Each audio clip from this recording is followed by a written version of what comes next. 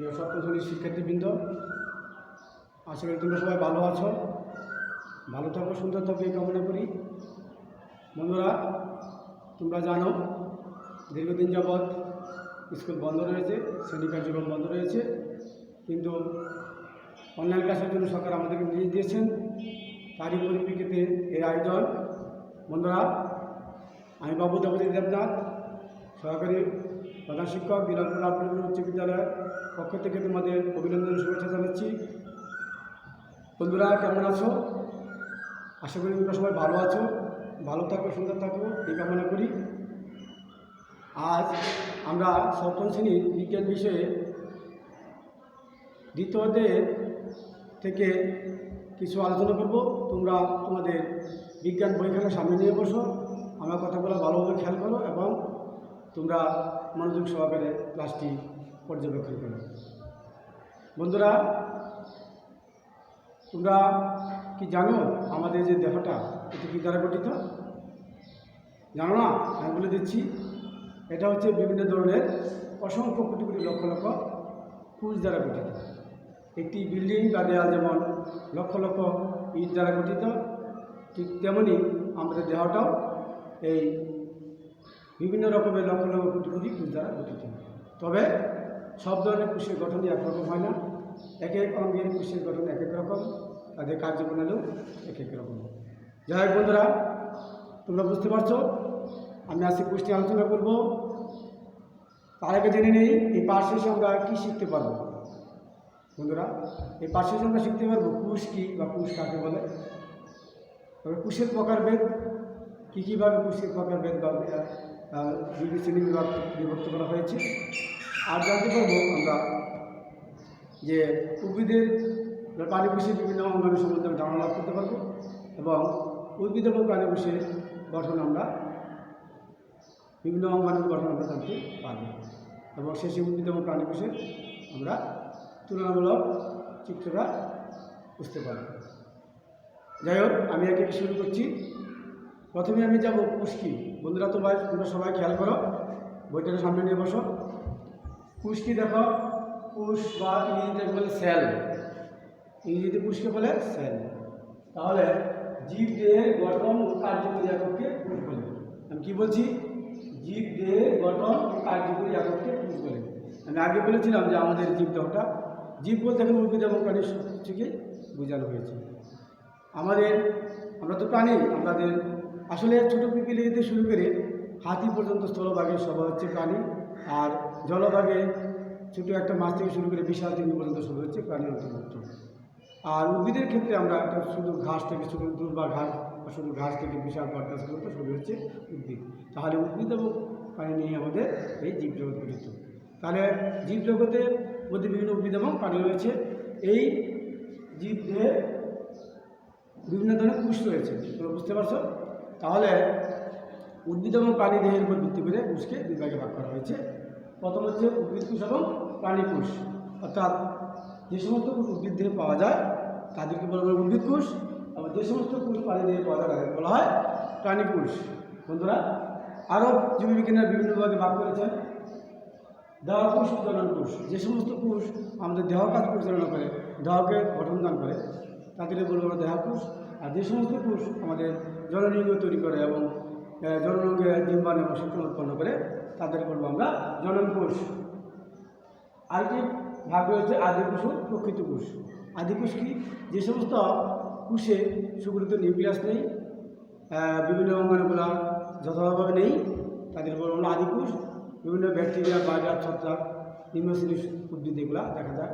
অর্থাৎ একটা আদর্শ উদ্ভিদে যা যা থাকা দরকার তা সবগুলোই আদি কোষে নেই, অর্থাৎ বিশেষ করে সুগঠিত নিউক্লিয়াস নেই। তাহলে যে সমস্ত প্রাণী বা জীব দেহে কোষে সুগঠিত নিউক্লিয়াস নেই তারা হচ্ছে আদি কোষী প্রাণী, যেমন ব্যাকটেরিয়া, ভাইরাস, এমিবা, ছত্রাক এগুলা। আর প্রকৃত কোষ হচ্ছে যে সমস্ত জীবদের কোষে সবগুলো অঙ্গাণু মোটামুটি উপস্থিত রয়েছে, তাদেরকে বলা প্রকৃত কোষ। আমরা যত সব জীবজন্তু আছে, মাছ বা ছাগল বা প্রাণী বা উদ্ভিদ, এগুলো যে ধরনের জীবের কথা বলি না কেন, সবার মধ্যে কিন্তু যে কোষ রয়েছে সেগুলো হচ্ছে প্রকৃত কোষ, কারণ এদের মধ্যে সুগঠিত নিউক্লিয়াস রয়েছে এবং কোষের বিভিন্ন অঙ্গাণুগুলো উপস্থিত রয়েছে। তাহলে এইগুলো উদ্ভিদের শ্রেণীবিভাগ। এরপরে আমরা জানবো একটা উদ্ভিদ কোষে কী কী অঙ্গাণু রয়েছে। বন্ধুরা, একটি উদ্ভিদ কোষে বিরোধী অঙ্গাণু রয়েছে। এখানে আমি একটি উদ্ভিদ কোষ একে তোমাদের বিভিন্ন অংশগুলো দেখানোর চেষ্টা করবো। তোমরা তোমাদের বইখানের সামনে নিয়ে বসো। 11 পৃষ্ঠায় এখানে উদ্ভিদ কোষ এবং প্রাণী কোষের পার্থক্য পাশাপাশি দেওয়া রয়েছে ছবির মাধ্যমে। আমি এখানে উদ্ভিদ কোষ নিয়ে আলোচনা করবো, পাশাপাশি প্রাণী কোষের নিয়েও আলোচনা করবো। তোমরা খেয়াল করো, দেখো একটা উদ্ভিদ কোষের চিত্রে দেওয়া হয়েছে। এখানে কী কী রয়েছে? এখানে উদ্ভিদ কোষের মধ্যে মূলত দুইটা অংশ রয়েছে। উদ্ভিদ কোষকে প্রধান অংশ দুইটা, একটা হলো কোষ প্রাচীর এবং একটা হচ্ছে প্রোটোপ্লাজম। কোষ প্রাচীর কি? কোষ প্রাচীর হচ্ছে উদ্ভিদ কোষকে পরিবেষ্টন করে উদ্ভিদ কোষের বাইরে যে গোলাকার জড় পদার্থ দিয়ে যে প্রাচীর দেখা যায় তাকে বলা হয় কোষ প্রাচীর। এটি সাধারণত সেলুলোজ দ্বারা গঠিত। অর্থাৎ উদ্ভিদ কোষের চারদিকে সেলুলোজীকৃত যে প্রাচীর দেখা যায় বা দেওয়াল দেখা যায় তাকে বলা হয় উদ্ভিদ কোষ প্রাচীর। প্রাণীদেহে তেমন প্রাচীর নেই। প্রাণীদেহে কী রয়েছে? প্লাজমা পর্দা দ্বারা আবৃত রয়েছে। প্রাণীদেহের কোষগুলো প্লাজমা পর্দা দ্বারা আবৃত রয়েছে, আর উদ্ভিদ কোষের কোষগুলো জড় পদার্থ কোষ প্রাচীর দ্বারা আবৃত রয়েছে এবং এই কোষ প্রাচীর সেলুলোজ দ্বারা গঠিত। যাই হোক বন্ধুরা, এরপরে জানলাম আমরা প্রোটোপ্লাজম। প্রোটোপ্লাজম হচ্ছে প্রোটোপ্লাজম কোষের অর্ধতরল জেলির মতো আঠালো দানাদার বর্ণহীন সজীব অংশ রয়েছে, তাকে বলা হয় প্রোটোপ্লাজম। এটা উদ্ভিদ কোষের ভিতরে সংরক্ষণ থাকে। তো প্রোটোপ্লাজম নানাবিধ বিক্রিয়ার ফলে জীবদের বিভিন্ন বৈশিষ্ট্যগুলো পরিলক্ষিত হয়। এটি বিভিন্ন জৈব অজৈব পদার্থের তৈরি। প্রোটোপ্লাজম পানির পরিমাণ প্রায় 70 থেকে 90%। প্রোটোপ্লাজমকে আবার দুই ভাগে ভাগ করা হয়েছে, একটা সাইটোপ্লাজম, একটা হচ্ছে নিউক্লিয়াস। আমি এক এক করে আসছি। সাইটোপ্লাজম কি? কোষের প্রোটোপ্লাজমে ঘন বাইরে, কোষের প্রোটোপ্লাজমে নিউক্লিয়াসের বাইরে জেলির মতো যে পদার্থটি দেখা যায় তার নাম হচ্ছে সাইটোপ্লাজম। সাইটোপ্লাজম মানে কোষীয় রস। আর এই যে দিক দিয়ে হচ্ছে প্রোটোপ্লাজমের বিভিন্ন হচ্ছে দানা অংশ দেখতে পাচ্ছ, জেলির মতো স্বচ্ছ, এগুলো হচ্ছে প্রোটোপ্লাজম অর্থাৎ সাইটোপ্লাজমের নামে পরিচিত। এই সাইটোপ্লাজমের উদ্ভিদ কোষের বিভিন্ন অঙ্গাণুগুলো ছড়িয়ে ছিটিয়ে রয়েছে। একটি উদ্ভিদ কোষের বিনোদন অঙ্গাণু দেখা যায়, প্রাণী কোষেও দেখা যায়, তবে সবগুলা অঙ্গাণুই সব কোষে উপস্থিত থাকে না। উদ্ভিদ কোষে এবং প্রাণী কোষে অঙ্গাণুর মধ্যে অনেক পার্থক্য রয়েছে, সাদৃশ্য রয়েছে আর বৈসাদৃশ্য রয়েছে। যাই হোক, আমি একে একে আসছি এখানে। বন্ধুরা, তোমরা সবাই খেয়াল করো। এখানে প্রথমে রয়েছে কোষ প্রাচীর। কোষ প্রাচীর কি? অর্থাৎ উদ্ভিদ দেহের কোষের বাইরে, আগে বলেছিলাম উদ্ভিদ দেহের কোষের বাইরে কোষের বাইরে বিশিষ্ট যে প্রাচীর শক্ত আবরণ রয়েছে তার নাম হচ্ছে কোষ প্রাচীর। এটা সেলুলোজ নির্মিত পদার্থ দ্বারা তৈরি। তারপরে প্রোটোপ্লাজম অর্থাৎ উদ্ভিদ কোষের ভিতরে যে আঠালো দানাদার জেলির মতো অর্ধতরল বর্ণহীন সজীব অংশ দেখা যায়, তাই এটা হচ্ছে আমাদের এই দানাদার হচ্ছে প্রোটোপ্লাজম।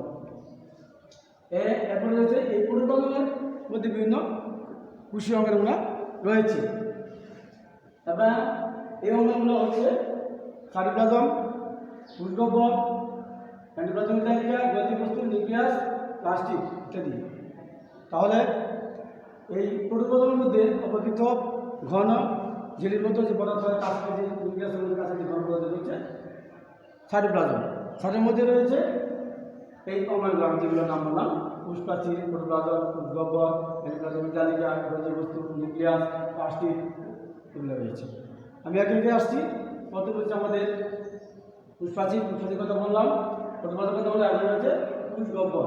কোষগহ্বর হচ্ছে উদ্ভিদের সাইটোপ্লাজমের ভিতরে সবচেয়ে বড় অংশ হচ্ছে কোষগহ্বর। এই যে বড় দেখা যায় অংশটা, এটা হচ্ছে কোষগহ্বর। এই কোষগহ্বরের মধ্যে রয়েছে কোষ রস বা কোষ তরল পদার্থপূর্ণ একটা রস রয়েছে এবং বিভিন্ন প্রকার পদার্থ, বজ্র পদার্থ, খরিত পদার্থ, এগুলা কোষগহ্বরের মধ্যে সঞ্চিত থাকে। প্রাণী কোষে কোষগহ্বর থাকে না। উদ্ভিদ কোষে বড় কোষগহ্বর দেখা যায়, কিন্তু প্রাণী কোষে কোষগহ্বর। তোমরা বইটা খেয়াল করো, এখানে দেখতে পারবে উদ্ভিদ কোষ প্রাণী কোষ পাশাপাশি ছবির মাধ্যমে দেখানো হয়েছে। উদ্ভিদ কোষে বড় কোষগহ্বর আছে, কিন্তু প্রাণী কোষে কোনো কোষগহ্বর নেই। যদিও থাকে তাহলে এটা ছোটো থাকে, অনেক ক্ষেত্রেই বেশিরভাগ ক্ষেত্রে থাকে না। আচ্ছা, এরপরে রয়েছে আমাদের এন্ডোপ্লাজমিক তালিকা। এটা হচ্ছে নিউক্লিয়াসের কাছাকাছি এবং আমাদের এই যে কোষগহ্বরের এক পাশে জালিকার মতো, লম্বা নলাকার জালিকার মতো যে অংশ দেখা যায় তার নাম সরি অ্যান্টিবায়োটিক জালিকা। এই জালিকা আমাদের বিভিন্ন ধরনের জৈবিক কার্যক্রম পরিচালিত করে থাকে। এরপরে রয়েছে গলজি বস্তু। নিউক্লিয়াসের কাছাকাছি নলাকার দণ্ডাকার বিশিষ্ট যে ক্ষুদ্রাঙ্গ দেখা যায় তার নাম হচ্ছে গলজি বস্তু। গলজি বস্তু কী করে আমাদের গলজি বস্তু উৎসেচক হরমোন ইত্যাদি পদার্থ নিঃসরণ করে। তারপর রয়েছে প্লাস্টিক। প্লাস্টিক হচ্ছে উদ্ভিদের প্রধান বৈশিষ্ট্য। উদ্ভিদ কোষের ভিতরে সজীব উদ্ভিদ কোষের চারিপাশে বর্ণহীন বা বর্ণযুক্ত গোলাকার বা ডিম্বাকার যে সমস্ত পদার্থ দেখা যায় বর্ণ দেখা যায় তাদেরকে বলা হয় প্লাস্টিক। এই জায়গাটা প্লাস্টিক দেখা রয়েছে, এটা হচ্ছে একটা গোলাকার প্লাস্টিক, উদ্ভিদ প্লাস্টিক। প্লাস্টিক উদ্ভিদের ক্ষেত্রে বিভিন্ন বৈশিষ্ট্য, পানি বসে কোনো প্লাস্টিক নেই, পানি বসে প্লাস্টিক নেই। প্লাস্টিককে বলে বর্ণাধার। তাহলে প্লাস্টিক দুই প্রকার, একটা ক্রোমোপ্লাস্ট, একটা হচ্ছে ক্লোরোপ্লাস্ট, লিউকোপ্লাস্ট। এই তিন ধরনের প্লাস্টিক রয়েছে। তাহলে ক্লোরোপ্লাস্টে যে সমস্ত উদ্ভিদ কোষের প্লাস্টিকের ক্লোরোফিল, যে সমস্ত প্লাস্টিকের ক্লোরোফিল নামক সবুজ বর্ণকণিকা থাকে তাদেরকে বলা হয় ক্লোরোপ্লাস্ট। এই ক্লোরোফিল থাকে ক্লোরোপ্লাস্টে, এই ক্লোরোফিলের সাহায্যে উদ্ভিদ সূর্যালোকের উপস্থিতিতে খাদ্য উৎপাদন করে এবং এই খাদ্য সঞ্চিত রাখে। এবং এই ক্লোরোফিল আছে বলে উদ্ভিদের ক্লোরোফিল তথা ক্লোরোপ্লাস্ট আছে বিধায় উদ্ভিদের পাতার রং সবুজ হয়, কচিকাণ্ড সবুজ হয় এবং উদ্ভিদের ফলমূলও কাঁচা অবস্থায় সবুজ থাকে। এরপরে রয়েছে বর্ণযুক্ত অর্থাৎ ক্রোমোপ্লাস্ট। ক্রোমোপ্লাস্টকে দুভাগে ভাগ করা যায়, অর্থাৎ লিউকোপ্লাস্ট এবং ক্রোমোপ্লাস্ট এই দুই ভাগে ভাগ করা যায়। ক্রোমোপ্লাস্ট বিনোদন হয়ে থাকে কমলা, লাল অথবা হলুদ, এই বিনোদনের ক্রোমোপ্লাস্ট রয়েছে। উদ্ভিদের ফলে এবং ফুলে এই সমস্ত ক্রোমোপ্লাস্ট দেখা যায়। এই ক্রোমোপ্লাস্টের কারণে উদ্ভিদের ফুল এবং ফুলের বিভিন্ন রং হয়ে থাকে। একটা হচ্ছে লিউকোপ্লাস্ট। লিউকোপ্লাস্ট হচ্ছে উদ্ভিদের মূলে, অর্থাৎ উদ্ভিদ যে অংশ মাটির যেতে অন্ধকার জায়গা থাকে সেখানে কোনো প্লাস্টিক বর্ণহীন যে প্লাস্টিক থাকে তাকে বলা হয় লিউকোপ্লাস্ট। লিউকোপ্লাস্ট উদ্ভিদের মূলে থাকে, তাই উদ্ভিদের মূলের রং হয়ে থাকে সাদা। আমরা বন্ধুরা আমরা যদি কতগুলো ঘাসকে ডেকে রাখি তাহলে কয়েকদিন পর দেখা যায় সেগুলো সাদা হয়ে গেছে। কারণ কি? কারণ এখানে সূর্যালোক পৌঁছে না, সেখানে এই সূর্যালোক না পৌঁছার কারণে ক্লোরোপ্লাস্টগুলো আর কাজ করতে পারে নাই, সেটা ধীরে ধীরে লিউকোপ্লাস্টে পরিণত হয়ে গেছে অন্ধকার জায়গাতে থাকার কারণে। আবার যখন আবরণটা আমরা তুলে নিই, যদি ওই অবদ্ধ জায়গায় সূর্যালোক করতে থাকে কয়েকদিন পরে দেখা যায় সেই গাছগুলো আবার সজীব সুন্দর সবুজ হয়ে উঠেছে। কারণ কি? সূর্যালোক উপস্থিতিতে সেখানে ওই পাতার পরিবর্তে আবার তৈরি হয়েছে ক্লোরোপ্লাস্ট তৈরি হয়েছে। ক্লোরোপ্লাস্ট তৈরি হওয়ার কারণে ধীরে ধীরে সাদা অংশগুলো আবার সবুজ অংশে পরিণত হয়ে গেছে। যাই হোক বন্ধুরা, তাহলে আমরা দেখতে পেলাম যে উদ্ভিদের প্লাস্টিক একটা অন্য বৈশিষ্ট্য। পানিতে কোনো প্লাস্টিক থাকে না, তাই তাদের দেহে কোনো বর্ণাধার নেই, দেহের বিভিন্ন অংশ রং উৎপন্ন হয় না। কিন্তু উদ্ভিদের প্লাস্টিক থাকে বিধায় উদ্ভিদের পাতা কাণ্ড সবুজ, কচি কাণ্ড সবুজ হয় এবং ফলমূল ফুলগুলো রঙিন হয়। তারপরে রয়েছে মাইটোকন্ড্রিয়া। আরেকটা অংশ রয়েছে মাইটোকন্ড্রিয়া, সেটা উদ্ভিদের একটি বড় বৈশিষ্ট্য। তোমরা মাইটোকন্ড্রিয়াকে খেয়াল করো, এখানে রয়েছে মাইটোকন্ড্রিয়া। মাইটোকন্ড্রিয়া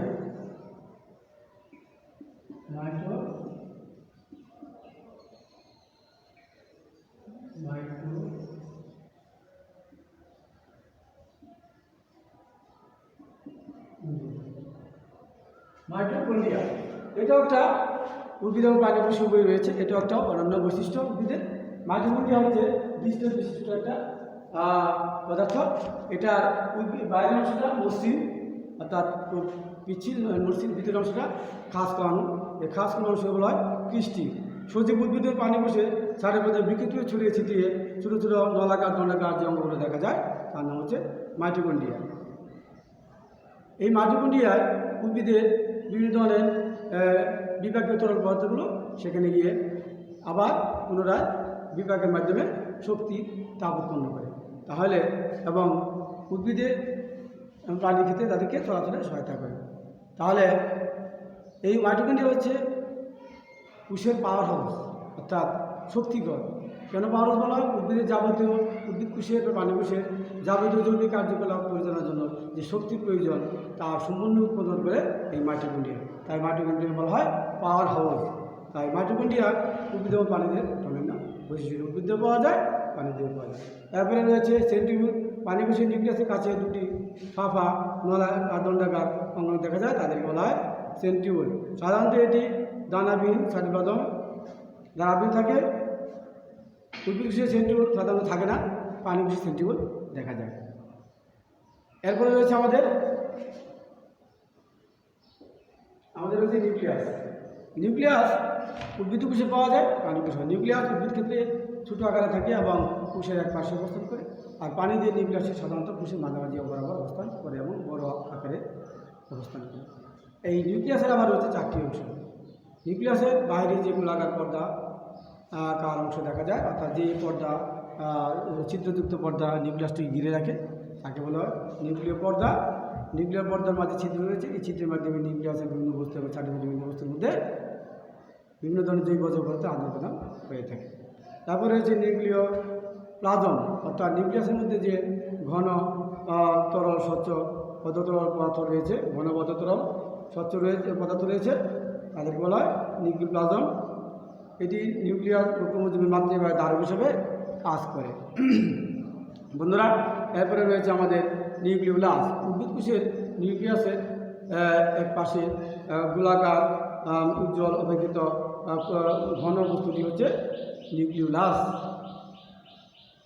এটি প্রতিটি নিউক্লিয়াসে একটি মাত্রই নিউক্লিওলাস থাকে। এরপর রয়েছে নিউক্লিয় জালিকা বা ক্রোমাটিন। নিউক্লিয়াসের মাঝে সুতার মতো যে বস্তুগুলো দেখা যায়, সুতার মতো ঘটনটি নিউক্লিয় জালিকা বা ক্রোমাটিন জালিকা। এগুলোতে ক্রোমোজোম থাকে, ক্রোমোজোম বংশগতির দ্বারক এবং বাহক, এবং এরা জীবের এক প্রজন্ম থেকে আরেক প্রজন্মে বৈশিষ্ট্য বহন করে নিয়ে যায়। এদের প্রতিটি টুকরাকে বলা হয় ক্রোমোজোম জালিকার প্রতিটি টুকরা বলা হয় ক্রোমোজোম। ক্রোমাটিন জালিকার প্রতিটি টুকরাকে বলা হয় ক্রোমোজোম। ক্রোমোজোম বংশগতির দ্বারক এবং বাহক, এবং এরা জীবের বৈশিষ্ট্য এক প্রজন্ম থেকে আরেক প্রজন্মে নিয়ে যায়। তাহলে বন্ধুরা, আজকে আমরা কী জানতে পারলাম? আজকে আমরা অনেক কিছু করতে পারলাম। আজকে আমরা জানতে পারলাম যে প্রথমে জানতে পারলাম কোষ কাকে বলে, কোষ কী। তারপরে আমরা জানতে পারলাম যে কোষ কত প্রকার, অর্থাৎ উৎপত্তিগতভাবে নিউক্লিয়াসের উপস্থিতির উপর ভিত্তি করে দুই ভাগে আদি কোষ, প্রকৃত কোষ, আর উৎপত্তিগতভাবে দেহা কোষ এবং জনন কোষ, আর উদ্ভিদ এবং প্রাণীর ভিত্তি করে দুই ভাগে জীব কোষ এবং উদ্ভিদ কোষ এবং প্রাণী কোষ। তারপরে জানতে পারলাম একটা উদ্ভিদ কোষের আদর্শ উদ্ভিদ কোষের বিভিন্ন অঙ্গাণু সম্পর্কে জানতে পারলাম। অঙ্গাণু কী কী? কোষ প্রাচীর, মাইটোকন্ড্রিয়া, সাইটোপ্লাজম, প্রোটোপ্লাজম, প্রোটোবল, এন্ডোপ্লাজমিক জালিকা, গলজি বস্তু, নিউক্লিয়াস, প্লাস্টিক, এই সবগুলো হচ্ছে এই 7-8টা বস্তু হচ্ছে মূলত কোষের বিভিন্ন অঙ্গাণু।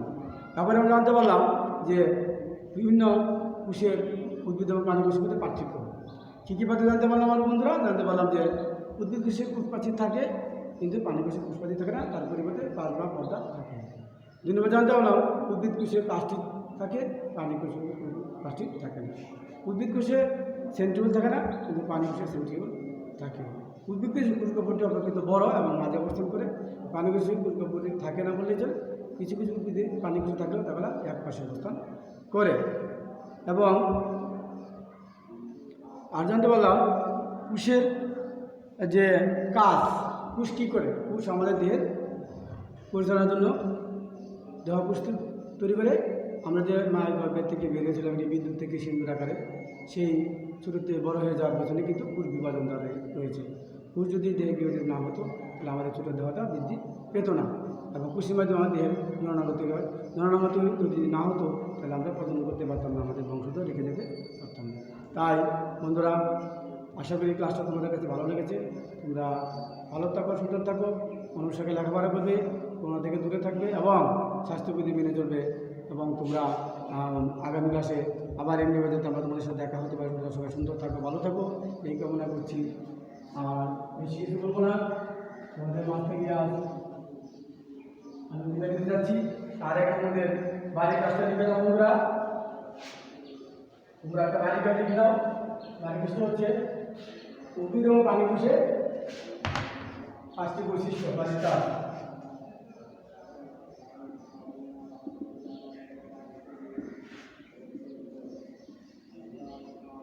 উদ্ভিদ ও প্রাণী কোষে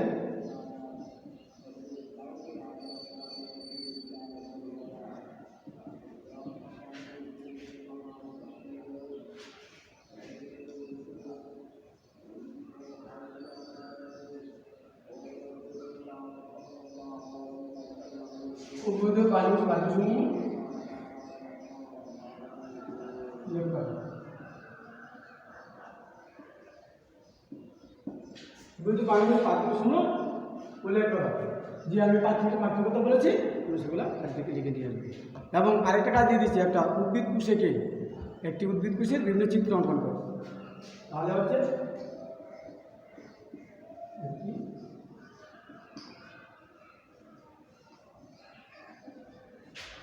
উদ্ভিদ কোষের চিত্র অঙ্কন করো। এই দুটি বাড়ি কাজ রয়েছে।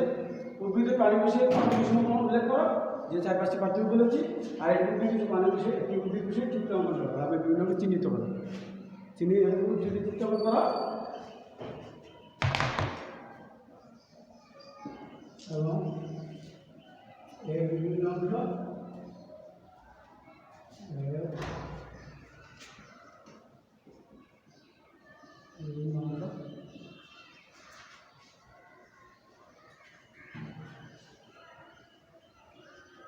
এই দুইটা কাজ। উদ্ভিদ পারিপার্শ্বিক পাঠ্যসমূহ উল্লেখ করো, এটা 4-5টা পাঠ্য বলেছি এগুলো। আর এই উদ্ভিদ কোষের চিত্র অঙ্কন করো এবং এর বিভিন্ন অংশ চিহ্নিত করো। এই কাজগুলো বাড়ি থেকে নিয়ে যাবে। সবাইকে ধন্যবাদ এবং আমি বিদায় নিচ্ছি। সবাই ভালো থাকো, সুন্দর থাকো। সবাইকে ধন্যবাদ।